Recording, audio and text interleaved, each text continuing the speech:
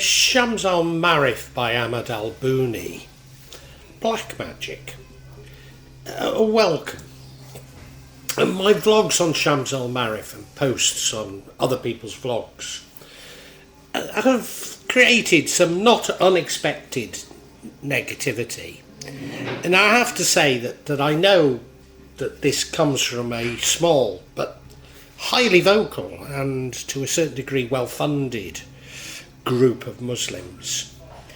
In general, I don't believe that those posting have actually watched my vlogs or even read my posts. So in other words, there's negativity for the sake of negativity. They're not even taking in what I'm saying. Nevertheless, I'm an empath, and so I try to understand what their position is, what's the problem. And at first I saw it as simply tribalism, and so I joined in. I joined in the fighting, which is the last thing somebody on the Sufi path should do, and my vlog, I'm sorry, does explain why I shouldn't have done this, really. I guess I'm now beginning to understand their position. Why have I spent so long doing this? Why don't I just accept that some people will never agree, some people will always throw bricks? Well, whether or not what I get up to is permissible. And as I say, I don't see myself as a practicing magician anyway. No, I'm a mystic. But is what I do permissible is a daily preoccupation with me. And in what I call my jihad. So I am constantly asking, is what I'm doing permissible? And how far is it permissible? And that's not something you ever answer, it's something that you keep asking. And you keep struggling, hence the word jihad, about. Although I'd say that I'm beginning to now understand where this critique comes from. And I should add to that I'm now beginning to understand, at least partially, how Shams Al-Marif could be used for black magic. Now, I'm not going to, in this vlog, explain that in any detail, so sorry. But in this vlog, I am going to explore some of those tensions.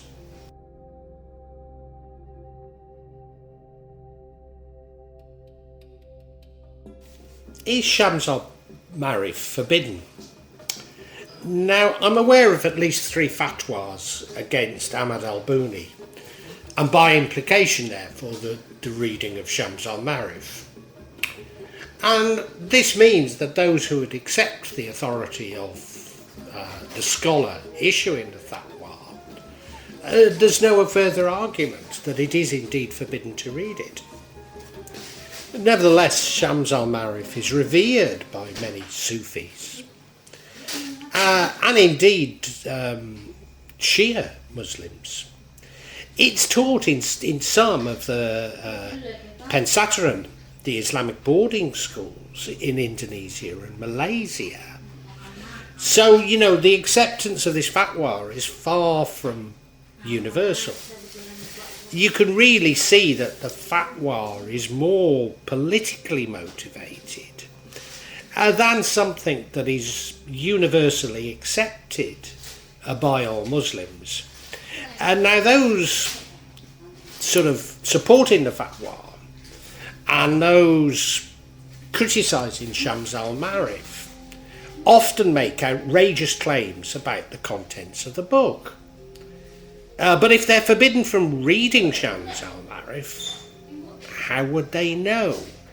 So it's a bit like those who've posted on my channel about me, my vlogs on Shams Al-Marif. And I know they've not listened to it. They've not listened to the vlog, but they've posted a negative comment. And indeed, I've posted comments on other people's vlogs, and I've got a response, and they haven't even bothered reading, the short post that I've made. So it's that sort of a thing, the claims about the book and it's contained in it don't appear to have any substance. And how could they if the people making the claims aren't allowed to read it? Now, I myself need to be clear. Shams al-Marif really is a major collection of works, not all of which were written by Ahmad Al-Buni. Many things have been put together in the name of Ahmad Al-Buni, but clearly not all of it is. And maybe some of the more dangerous elements come from outside. I don't know. But that was common practice at the time. Now, the other thing I need to tell you, it's only partially translated into English. And the truth is, my Arabic is nearly non-existent. Now, I do know, I've got more than most people in the West, but, it's pretty much, you can say non-existent. So there's no way I could read it. And my Bahasa Indonesia is better, and it has been translated into Bahasa Indonesia. But nothing like good enough to read a major and complex book like this. In addition, Shams al-Marif does contain contradictions, and much of it is somewhat hidden, occult. So not only would you need to be very good at reading Arabic, you'd probably need to be a Muslim, or at least understand Islam quite well. Probably have some background in magic and mysticism. To really get to what it's all about. So, what I'm doing here is based on probably 9 months of my limited ability of looking into Shams al-Marif. And I would be the first to hold my hand up that it might be erroneous and misguided. But I don't think it's as erroneous and misguided as the vast majority of the comments I see on this platform regarding it. What I can say is that Shams al-Marif should not be seen as a grimoire. It's very far removed, and I've been emphasising it. It's from a crib or on Islamic black magic, or Islamic black magic for dummies. It certainly is not. However, what I have uncovered is small parts, and they are small parts, which at least theoretically might be used for malevolence.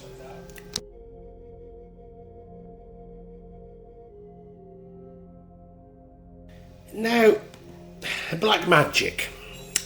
The focus of Shams al-Marif is on the 99 divine names of Allah. So whatever anybody tells you, let me get that straight. It is about the 99 divine names of Allah and how you can use them. And there's an incredibly complex methodology on which name is appropriate and in what circumstances.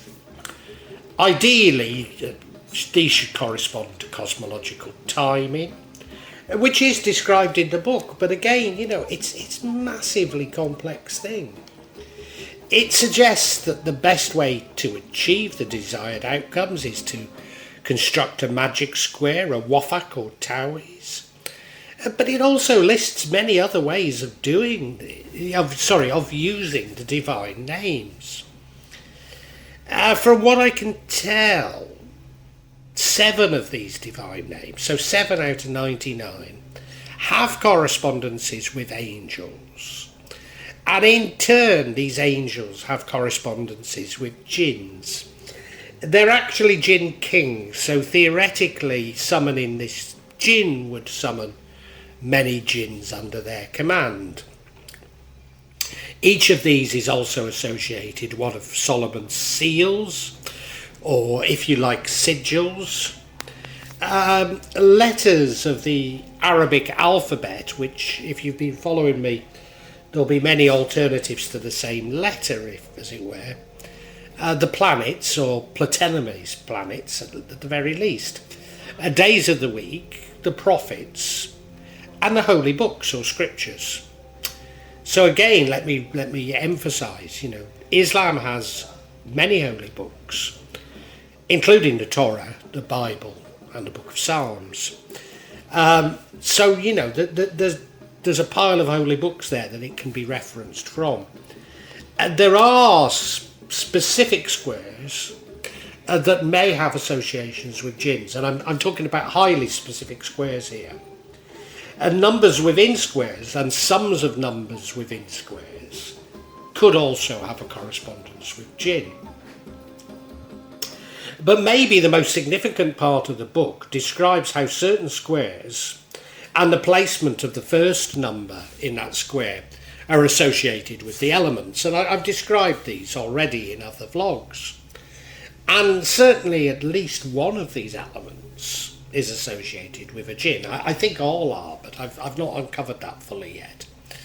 Or I've not uncovered which jinn. In addition, each of the Platonic planets are associated with jinn. And now, these jinn are associated with parts of the body they can attack. So in other words, if you could get through all of this complexity and create a square to call up a jinn and know what you were doing in terms of binding it and sending it to attack a person, you could attack a person and they would attack a specific part of the body. But it's highly complex. I use the word jinn when really I should be using the word shaitan, because of jinn are neither seen as good or evil, malevolent or bad. They're just like humans, and I have to say that's absolutely been my experience of it. However, I'm not aware in Shams al-Marif of any specific ceremonies and practices that would really result in a curse or a spell. So in other words, although I'm saying, well, yeah, I can see how you could do it, they're not really curses or spells if that's what you're looking for. Nor even is there a description on how you would summon up a jinn. What I cannot find also is where a jinn corresponds to each of the 99 divine names. Only 7 of the names is there a correspondence. And nor can I therefore directly identify a procedure for ensuring a malevolent outcome.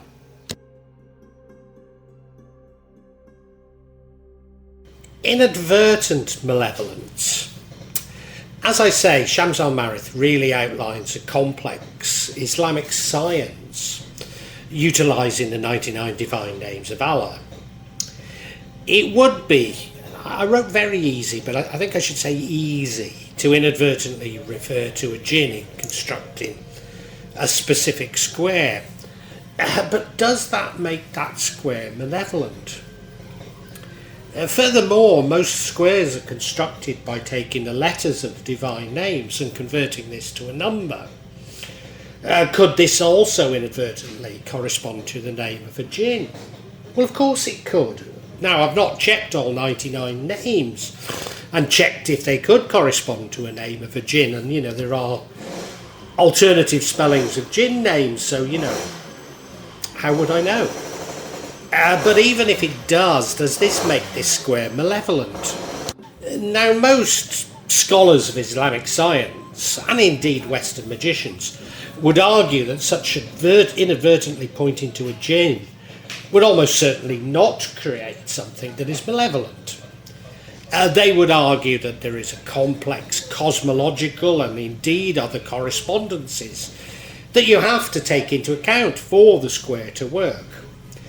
In other words, to use Shams al-Marif to create a malevolent square would be a lengthy and complex procedure, not something that occurs just by chance.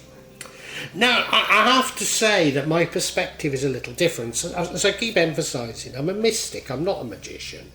But if I were a magician, I think I'd be closer to a chaos magician than a ceremonial. So I need to nail that, But my perspective is somewhat different.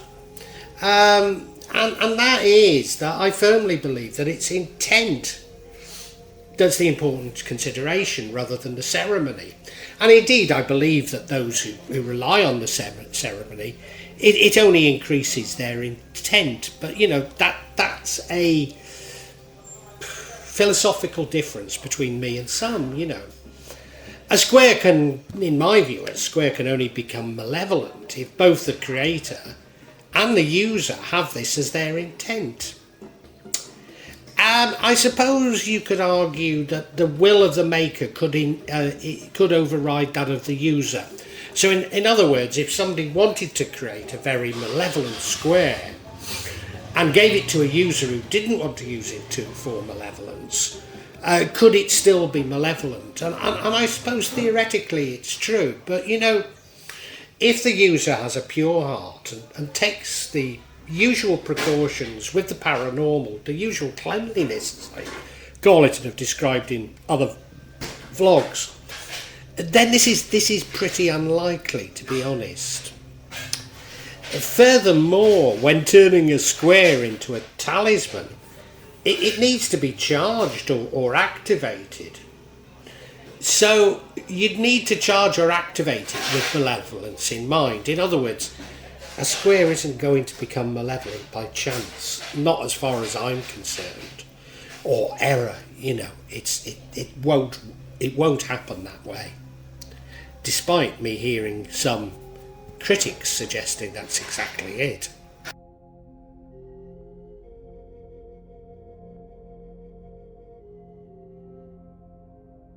Assessment.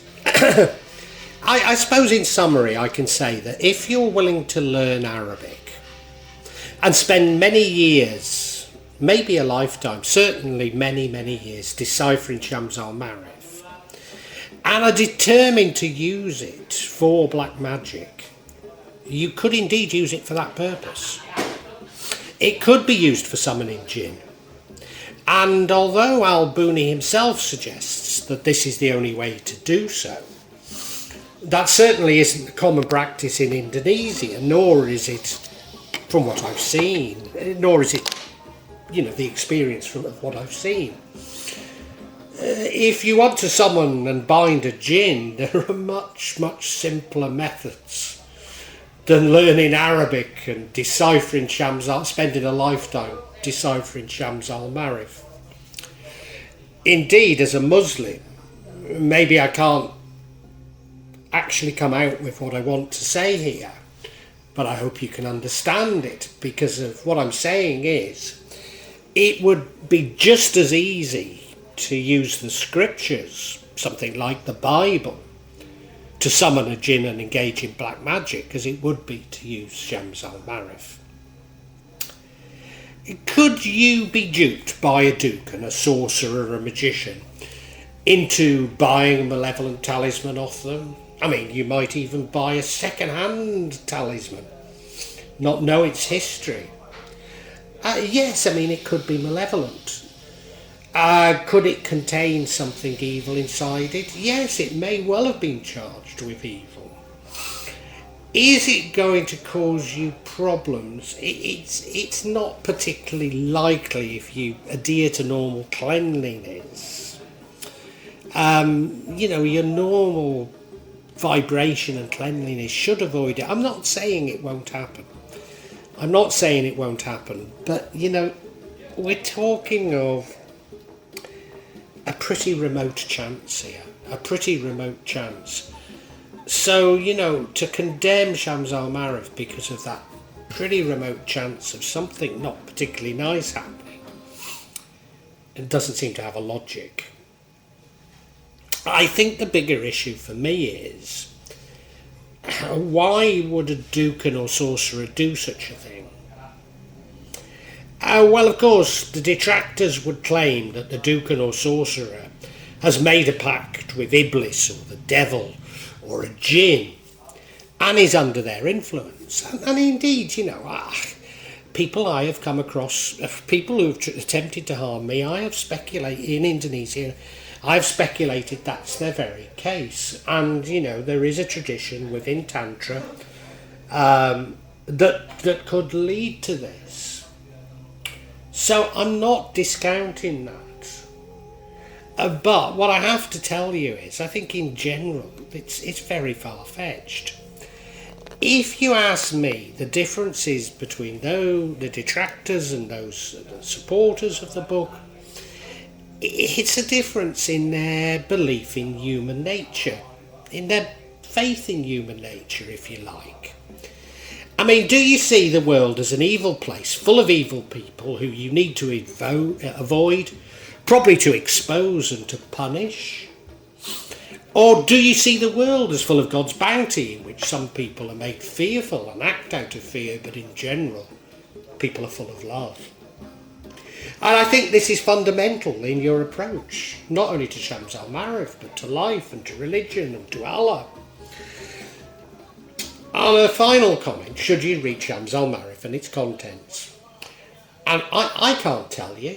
I can't tell you. I'm not going to issue a fatwa, that's for sure. I can't tell you. It's up to you. It's entirely up to you. Now, if you're fearful of reading it and it creates fear within you, then the answer is definitely not. But of course, the same applies to all magic, mysticism, esotericism. You know, not simply Shams al-Ma'arif. You know, if you're frightened of it, don't do it. In one of my vlogs, I was talking about looking into mirrors, you know. And somebody expressed their concern, and I said, look, you know, don't do it if it frightens you. Only do it if you're ready for it. But maybe also, this advice applies to many things. You know, driving a car, going near dangerous animals, active sports, even travel. You know, it could apply to virtually anything. If you have a thirst for knowledge about the bounty that God created and approach this without fear, then you should explore that thirst for knowledge. But look, this is up to you. It's up to you. Don't let me convince you one way or another.